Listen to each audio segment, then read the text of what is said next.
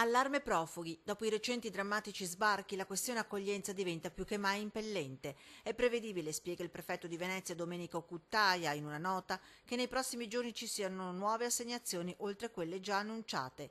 Una situazione difficile che spinge il prefetto Cuttaia, coordinatore delle prefetture in materia di profughi, a lanciare un appello anche agli enti privati a mettere, scrive sempre la nota, a disposizione edifici, appartamenti, ambienti da adibire ai provvisoria sistemazione delle persone che giungono. Ovviamente aggiunge sulla base di apposite convenzioni.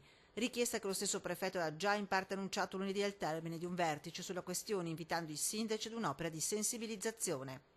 C'è bisogno anche della collaborazione di tutti, dei sindaci in particolare, perché venga svolta una sensibilizzazione nei confronti di tutti per poter acquisire ulteriori spazi di accoglienza. Un invito a collaborare ai sindaci o quantomeno a non ostacolare, sottolinea il prefetto. La ricetta, spiega, rimane quella della sistemazione diffusa sul territorio di limitati gruppi di persone.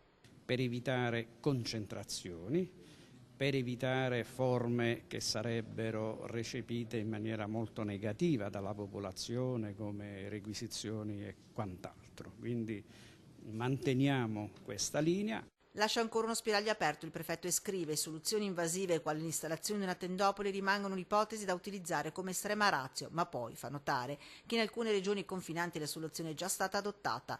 Massima apertura, sempre disponibile a ricevere proposte e suggerimenti da parte degli enti locali, conclude il prefetto Cuttaia, ma rimarca anche che rimane fermo e ineludibile il dovere dei prefetti di fornire accoglienza ai migranti assegnati al territorio.